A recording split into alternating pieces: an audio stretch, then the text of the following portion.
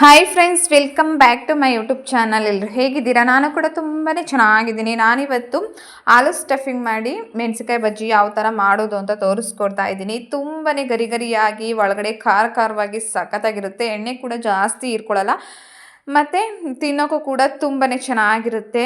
ಯಾವ ಥರ ಮಾಡೋದು, ಏನೆಲ್ಲ ಬೇಕು ಅಂತ ತೋರಿಸ್ಕೊಡ್ತೀನಿ. ಸ್ಕಿಪ್ ಮಾಡಿದೆ ಪೂರ್ತಿಯಾಗಿ ವಿಡಿಯೋ ನೋಡಿ. ನೀವು ಒಂದ್ಸಲ ಈ ವಿಧಾನದಲ್ಲಿ ಟ್ರೈ ಮಾಡಿ, ತುಂಬಾ ಚೆನ್ನಾಗಿರುತ್ತೆ.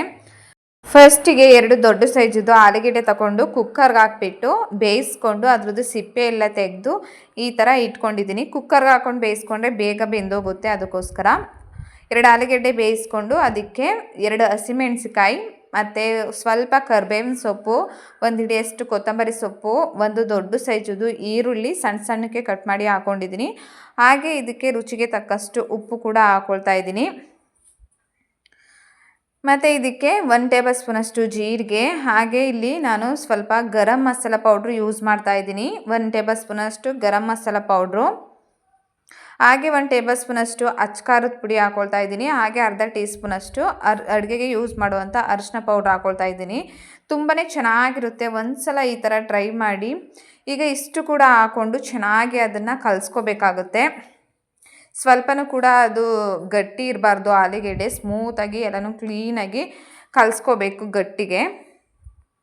ನೋಡಿ, ಈ ಥರ ಕಲಿಸ್ಕೊಂಡು ಇಟ್ಕೊಂಡಿದ್ದೀನಿ. ಇವಾಗ ಇದು ಸ್ಟಫಿಂಗ್ ರೆಡಿಯಾಗಿದೆ. ನೆಕ್ಸ್ಟ್ ಈ ಕಡೆ ನಾನು ಒಂದು ಪಾತ್ರೆ ತೊಗೊಂಡಿದ್ದೀನಿ, ಇನ್ನೊಂದು ಪಾತ್ರೆ. ಅದಕ್ಕೆ 1 ಟೇಬಲ್ ಸ್ಪೂನಷ್ಟು ನಾನು ಉಪ್ಪು ಹಾಕ್ಕೊಳ್ತಾ ಇದ್ದೀನಿ. ಹಾಗೆ ಒಂದು ಅರ್ಧ ಟೀ ಸ್ಪೂನಷ್ಟು ಅಚ್ಕಾರದ ಪುಡಿ, ಅರ್ಧ ಟೀ ಸ್ಪೂನಷ್ಟು ಅರಿಶಿನ ಪೌಡ್ರ್ ಹಾಕ್ಕೊಳ್ತಾ ಇದ್ದೀನಿ. ಖಾರನ ನೋಡ್ಕೊಂಡು ಹಾಕ್ಕೊಳ್ಳಿ. ಮೆಣಸಿಕಾಯಿ ಕೂಡ ಖಾರ ಇರುತ್ತೆ, ಸ್ಟಫಿಂಗು ಕೂಡ ಅಚ್ಕಾರದ ಪುಡಿ ಹಾಕಿರ್ತೀವಿ. ಮತ್ತು ಇಲ್ಲಿ ಕಡಲೆ ಹಿಟ್ಟು ಕೂಡ ಹಾಕ್ಕೊಳ್ತಾ ಇದ್ದೀನಿ. 1 ಬಟ್ಲಷ್ಟು ನಾನು ಕಡಲೆ ಹಿಟ್ಟು ಯೂಸ್ ಮಾಡ್ತಾ ಇದ್ದೀನಿ. ನೀವು ಬೇಕು ಅಂದರೆ 1 ಬಟ್ಲಷ್ಟು ಕಡಲೆ ಹಿಟ್ಟು, ಅದಕ್ಕೆ 4 ಟೇಬಲ್ ಸ್ಪೂನಷ್ಟು ಅಕ್ಕಿ ಹಿಟ್ಟು ಕೂಡ ಹಾಕೋಬೋದು. ನಾನು ಅಕ್ಕಿ ಹಿಟ್ಟು ಯೂಸ್ ಮಾಡ್ತಾ ಇಲ್ಲ, ಕಡಲೆ ಹಿಟ್ಟು ಮಾತ್ರ ಯೂಸ್ ಮಾಡ್ತಾ ಇದ್ದೀನಿ. ಅದಕ್ಕೆ ನಾನು ಸ್ವಲ್ಪ 1 ಟೇಬಲ್ ಸ್ಪೂನಷ್ಟು ಸೋಡಾ ಕೂಡ ಹಾಕ್ಕೊಳ್ತಾ ಇದ್ದೀನಿ. ಈಗ ಇಷ್ಟು ಕೂಡ ಹಾಕ್ಕೊಂಡು ಚೆನ್ನಾಗಿ ಮಿಕ್ಸ್ ಮಾಡ್ಕೋಬೇಕು. ಮಿಕ್ಸ್ ಮಾಡಿಕೊಂಡು ಇದಕ್ಕೆ ಸ್ವಲ್ಪನೇ ನೀರು ಹಾಕ್ಕೊಂಡು ಒಂದು ಅದಕ್ಕೆ ಕಲಿಸ್ಕೋಬೇಕಾಗುತ್ತೆ. ಜಾಸ್ತಿ ತೆಳುವಾಗೂ ಇರಬಾರ್ದು, ಜಾಸ್ತಿ ಗಟ್ಟಿ ಕೂಡ ಇರಬಾರ್ದು. ಒಂದೇ ಸಲ ನೀರು ಹಾಕೋಕ್ಕೆ ಹೋಗ್ಬೇಡಿ. ಸ್ವಲ್ಪನೇ ನೀರು ಹಾಕ್ಕೊಂಡು ಅದನ್ನು ಕ್ಲೀನಾಗಿ ಸ್ವಲ್ಪನೂ ಕೂಡ ಗಂಟಿಲ್ಲದೆ ಇರೋ ಥರ ಈ ಥರ ಕಲಿಸ್ಕೋಬೇಕಾಗುತ್ತೆ. ನೋಡಿ, ಈ ಥರ ಕೈಲಿ ಎತ್ತಿದಾಗ ಈ ಥರ ಬರಬೇಕು. ಈ ಥರ ಬಂದರೆ ಕರೆಕ್ಟಾಗಿದೆ ಅಂತ ಅರ್ಥ. ತುಂಬಾ ಚೆನ್ನಾಗಿರುತ್ತೆ. ಈ ಥರ ಅದಕ್ಕೆ ಚೆನ್ನಾಗಿ ಕಲಿಸ್ಕೊಳ್ಳಿ. ಇವಾಗ ಇದನ್ನು ಕಲಿಸ್ಬಿಟ್ಟು ಒಂದು 20 ನಿಮಿಷ ಇಡೋಣ. ಇದು 20 ನಿಮಿಷ ಆಗೋ ತನಕ ಈ ಕಡೆ ನಾವು ಸ್ಟಫಿಂಗ್ ರೆಡಿ ಮಾಡ್ಕೊಳ್ಳೋಣ. ಈ ಕಡೆ ನಾನು ಒಂದು 1/4 kg ಅಷ್ಟು ಇರಬೇಕು ಅನಿಸುತ್ತೆ ಮೆಣಸಿಕಾಯಿ. ಈ ಥರ ದೊಡ್ಡ ಸೈಜದು ಸ್ಟ್ರೈಟಾಗಿರುತ್ತಲ್ಲ ಆ ಥರ ಮೆಣಸಿಕಾಯಿನೇ ತೊಗೊಳ್ಳಿ. ಸ್ಟ್ರೈಟಾಗಿರೋ ಮೆಣಸಿಕಾಯಿ ಆದರೆ ಅದ್ರ ಒಳಗಡೆ ಸ್ಟಫಿಂಗ್ ತುಂಬಕ್ಕೆ ಈಸಿ ಆಗುತ್ತೆ.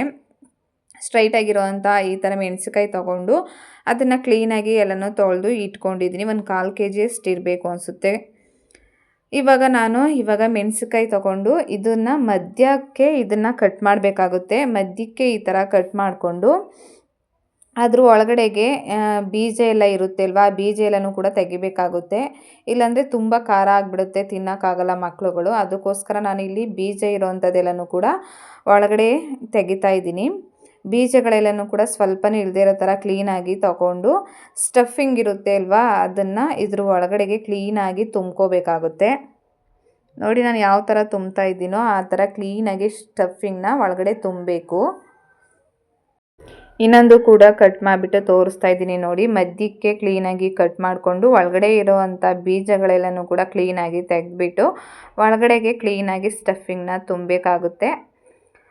ಈ ಥರ ಮಾಡಿಕೊಟ್ಟಾಗ ಮಕ್ಕಳು ಕೂಡ ತುಂಬಾ ಇಷ್ಟಪಟ್ಟು ತಿಂತಾರೆ. ಒಬ್ಬೊಬ್ಬರು ಮೆಣಸಿಕಾಯಿ ಎಲ್ಲ ತಿನ್ನಲ್ಲ, ಮೇಲ್ಗಡೆದು ಮಾತ್ರ ತಿನ್ಕೊಳ್ತಾರೆ, ಒಳಗಡೆ ಮೆಣಸಿಕಾಯಿ ತಿನ್ನೋದೇ ಇಲ್ಲ. ಈ ಥರ ಒಂದು ಸಲ ಮಾಡಿಕೊಡಿ, ಮಕ್ಕಳು ಕೂಡ ತಿಂತಾರೆ.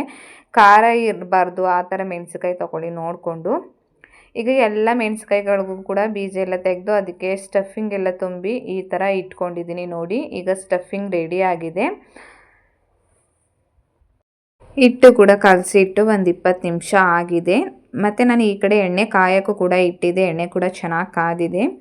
ಇವಾಗ ನಾನು ಮೆಣಸಿಕಾಯಿ ಸ್ಟಫಿಂಗ್ ಮಾಡಿರ್ತೀವಿ ಅಲ್ವಾ, ಅದನ್ನು ನೀಟಾಗಿ ಮೆಣಸಿಕಾಯಿಗೆ ಕೂರಬೇಕು. ಕಡಲೆ ಹಿಟ್ಟೆಲ್ಲ ಕ್ಲೀನಾಗಿ ಅದನ್ನು ಈ ಥರ ಅದ್ಬಿಟ್ಟು ಒಂದೊಂದಾಗಿ ಎಣ್ಣೆಗೆ ಹಾಕೋಬೇಕಾಗುತ್ತೆ. ನೀವು ಈ ಥರ ಪಾತ್ರೆಲಿ ಅದ್ಬಿಟ್ಟು ಹಾಕೊಳ್ಳೋಕ್ಕಾಗಲಿಲ್ಲ ಅಂದರೆ ಒಂದು ದೊಡ್ಡ ಸೈಜದ್ದು ಲೋಟ ಇರುತ್ತೆ, ಗಾಜಿನ ಲೋಟ ಆಗಿರ್ಬೋದು, ಇಲ್ಲಾಂದರೆ ಸಿಲ್ವರ್ ಲೋಟ ಆಗಿರ್ಬೋದು.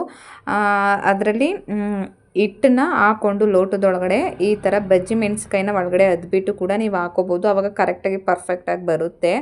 ಅದೇ ಇಲ್ಲಿ ನಾನು ಇದೇ ಥರ ನನಗೆ ರೂಢಿಯಾಗಿರೋದ್ರಿಂದ ಇದೇ ಚೆನ್ನಾಗಿ ಬರುತ್ತೆ ಅಂದ್ಬಿಟ್ಟು ನಾನು ಇದೇ ಥರ ಪಾತ್ರೆಯಿಂದನೇ ಅದ್ಬಿಟ್ಟು ಹಾಕ್ಕೊಳ್ತಾ ಇದ್ದೀನಿ. ಈಗ ಎಲ್ಲ ಬಜ್ಜಿನೂ ಒಂದೊಂದಾಗಿ ಈ ಥರ ಕ್ಲೀನಾಗಿ ಹಾಕ್ಕೊಳ್ತಾ ಇದ್ದೀನಿ. ಹಾಕ್ಕೊಂಡು ಎರಡು ಕಡೆನೂ ಕೂಡ ಚೆನ್ನಾಗಿ ಲೋ ಫ್ಲೇಮ್ ಇಟ್ಕೊಂಡೇ ಬೇಯಿಸ್ಕೋಬೇಕಾಗುತ್ತೆ. ಹೈ ಫ್ಲೇಮ್ ಇಟ್ಬಿಟ್ರೆ ಸೀದೋಗಿಬಿಡುತ್ತೆ ಬಜ್ಜಿ ಎಲ್ಲ. ಅದಕ್ಕೋಸ್ಕರ ಸ್ವಲ್ಪ ಲೋ ಫ್ಲೇಮ್ ಇಟ್ಕೊಂಡೆ ಕ್ಲೀನಾಗಿ ಎರಡು ಕಡೆನೂ ಕೂಡ ಬೇಯಿಸ್ಕೊಳ್ಳಿ. ಅಷ್ಟು ಖಾರನೂ ಕೂಡ ಇರಲ್ಲ, ಬೀಜ ಎಲ್ಲನೂ ಕೂಡ ತೆಗೆದಿರ್ತೀವಿ ಅಲ್ವಾ, ಅಷ್ಟು ಖಾರ ಏನೂ ಇರಲ್ಲ. ಒಂದು ಸಲ ಈ ಥರ ಬೀಜ ಎಲ್ಲ ತೆಗೆದ್ಬಿಟ್ಟು ಮಕ್ಕಳಿಗೆ ಮಾಡಿಕೊಡಿ, ಮಕ್ಕಳು ಕೂಡ ತಿಂತಾರೆ. ಈಗ ಎರಡು ಕಡೆಯೂ ಕೂಡ ಕ್ಲೀನಾಗಿ ಲೋ ಫ್ಲೇಮ್ ಇಟ್ಕೊಂಡು ಎರಡು ಕಡೆಯೂ ಕೂಡ ಬೇಯಿಸ್ಕೊಂಡಿದ್ದೀನಿ. ನೋಡಿ ಎಷ್ಟು ಚೆನ್ನಾಗಿ ಬಂದಿದೆ ಅಂತ. ಮೇಲ್ಗಡೆ ಕ್ರಿಸ್ಪಿಯಾಗಿ, ಒಳಗಡೆ ಸ್ವಲ್ಪ ಖಾರವಾಗಿ ಸ್ಟಫಿಂಗ್ ಎಲ್ಲ ಮಾಡಿರ್ತೀವಿ ಅಲ್ವಾ, ತಿನ್ನೋಕ್ಕೆ ತುಂಬ ಚೆನ್ನಾಗಿರುತ್ತೆ. ಟೀ ಕಾಫಿ ಜೊತೆ ಮಾತ್ರ ಸಖತ್ತಾಗಿರುತ್ತೆ. ಈ ರೆಸಿಪಿ ಏನಾದರೂ ನಿಮಗೆ ಇಷ್ಟ ಆಗಿದೆ ಲೈಕ್ ಕೊಟ್ಟು ಕಮೆಂಟ್ ಹಾಕಿ. ಮತ್ತೆ ನಾನು ನೆಕ್ಸ್ಟ್ ವೀಡಿಯೋಲಿ ಸಿಗ್ತೀನಿ. ಅಲ್ಲಿವರೆಗೂ ಟೇಕ್ ಕೇರ್, ಬಾಯ್. ನೀವು ಒಂದ್ಸಲ ಟ್ರೈ ಮಾಡಿ ಹೇಗೆ ಬಂತು ಅಂತ ನಮ್ಮ ಕಮೆಂಟ್ ಬಾಕ್ಸಲ್ಲಿ ಕಮೆಂಟ್ ಹಾಕಿ.